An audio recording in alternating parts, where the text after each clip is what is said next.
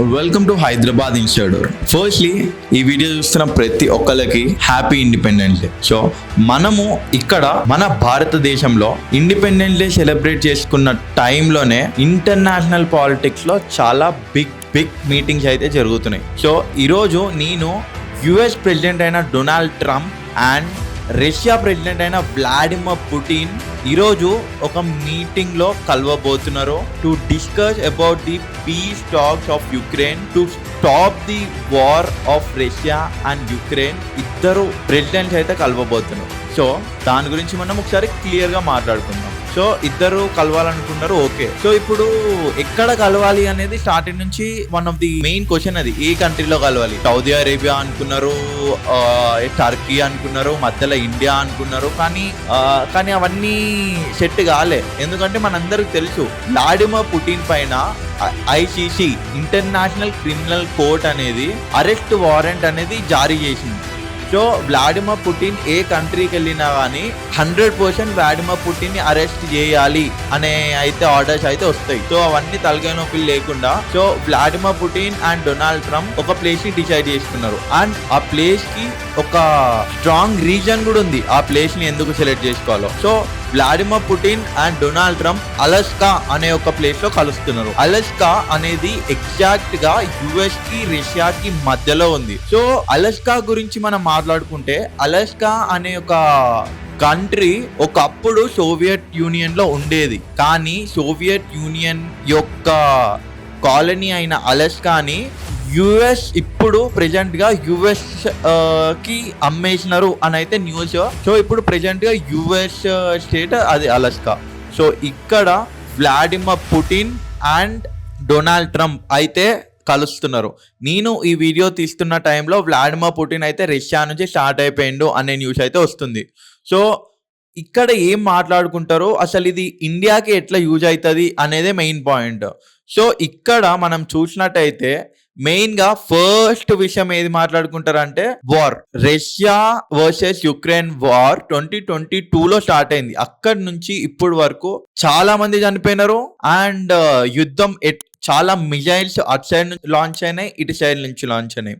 So ఇది ఎండ్కి వస్తలేదు. So ఈ మీటింగ్ తో మనము ఎక్స్పెక్ట్ చేయగలిగింది ఏంటంటే ఈ వార్ అనేది ఎండ్కి వచ్చే అవకాశం ఉంది అని చెప్పేసి. కాకపోతే ఇక్కడ ట్విస్ట్ ఏంటంటే అసలు రెండు కంట్రీస్ ఏదైతే ఫైట్ చేసుకుంటున్నాయో రష్యా అండ్ యుక్రెయిన్, వాళ్ళిద్దరు కలవలే. ఇప్పుడు రష్యా సైడ్ నుంచి వ్లాడిమిర్ పుటిన్ వస్తుండో, యుక్రెయిన్ సైడ్ నుంచి డొనాల్డ్ ట్రంప్ వస్తుండు. అక్కడ జెలెన్స్కీ యుక్రెయిన్ లో కూర్చొని ఇంటర్నెట్ లో లైవ్ చూస్తుండు.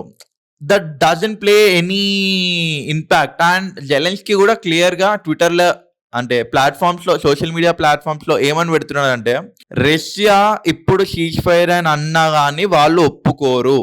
అంటే వాళ్ళు పెట్టే కండిషన్ లో సీజ్ ఫైర్ అనేది ఒప్పుకోరు, రష్యాని నమ్మకండి, ఈ వార్ ఆగదు అని జెలెన్స్కీ అంటున్నాడు.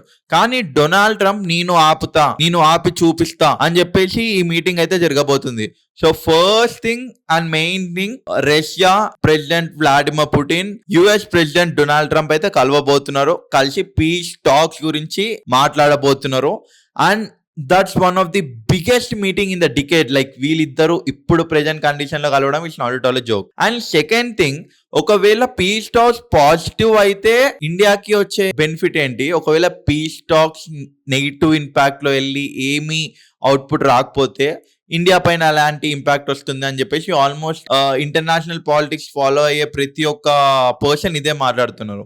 సో ఇక్కడ దాని గురించి కొంచెం మనం డీటెయిల్ గా మాట్లాడితే, సో ఎప్పుడైతే రష్యా ఈ సీజ్ ఫైర్ కి అగ్రీ చేస్తుందో with in there agreements, as per the agreements, so US Russia పైన ఏదైతే శాంక్షన్స్ చేసిందో ఆ శాంక్షన్స్ ని విరమించుకోవాలి అనేదే రష్యా సైడ్ నుంచి డిమాండ్ ఉంటుంది. రష్యా సైడ్ నుంచి ఏమేమి డిమాండ్ ఉంటాయి? నార్మల్లీ ఫస్ట్ థింగ్, యుక్రెయిన్ ఎక్కడ వరకు అయితే మేము ఆక్రమించుకున్నామో అది మొత్తం మాదే అనేది ఫస్ట్ డిమాండ్ ఉంటుంది.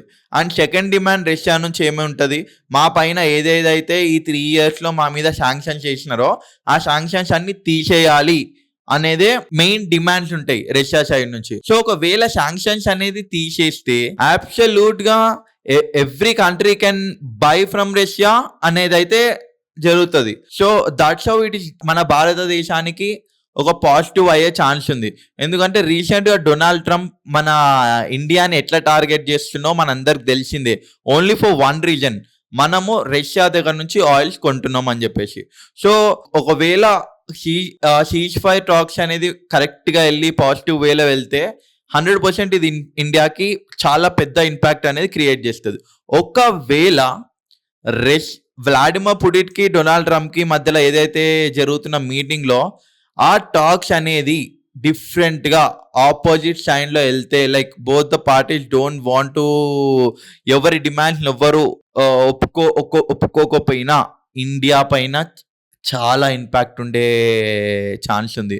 ఎందుకంటే ఇప్పటికి కూడా డొనాల్డ్ ట్రంప్ ఏమైనా ఫీల్ అవుతుందంటే, ఇండియా పైన శాంక్షన్స్ వేయడం వల్లనే, ఇండియా పైన ప్రెజర్ పెట్టడం వల్లనే, ఇండియా రష్యా మీద ప్రెజర్ పెట్టడం వల్లనే రష్యా ఆగింది, రష్యా పీస్ టాక్స్‌కి వస్తుంది అని అయితే వ్లాడిమిర్ పుటిన్ సైడ్ నుంచి అనుకుంటున్నారు.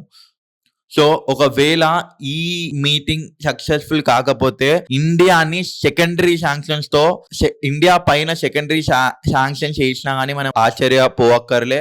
అండ్ ఆల్రెడీ డొనాల్డ్ ట్రంప్ క్లియర్‌గా చెప్తున్నాడు ఏమని, మేమేసినాం, యూరోపియన్ నేషన్స్ వాళ్ళకి క్లియర్‌గా చెప్తున్నాడు, మీరు కూడా ఇండియాని టార్గెట్ చేయండి, శాంక్షన్స్ వేయండి అని చెప్పేసి. సో ఈ మీటింగ్ అంత క్రూషియల్ గా ఉండబోతుంది. సో మీరేమనుకుంటున్నారు అసలు ఈ మీటింగ్ కోసం? అసలు నేనైతే చాలా ఎక్సైటెడ్‌గా ఉన్నా. అసలు ఇద్దరు main leaders Vladimir Putin and Donald Trump కలుసుకోవడం, అండ్ కలుసుకొని ఏదైతే వార్ 2022 నుంచి జరుగుతుందో దానికి ఎండ్ కార్డ్ వేయడానికి ఫస్ట్ స్టెప్ అయితే పడ్డది. కానీ అది పాజిటివ్‌గా వెళ్తదా, నెగిటివ్‌గా వెళ్తదా అని మనం వేచి చూడాలి. సో మీరేమనుకుంటున్నారు?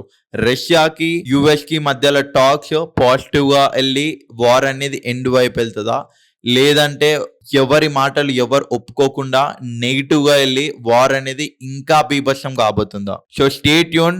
ఇప్పుడే ఏదైతే నాకు వచ్చిన అప్డేట్స్ ప్రకారం మీకు ఫాస్ట్ గా అప్డేట్స్ ఇస్తుంటా. So stay tuned for Hyderabad insider international politics episode.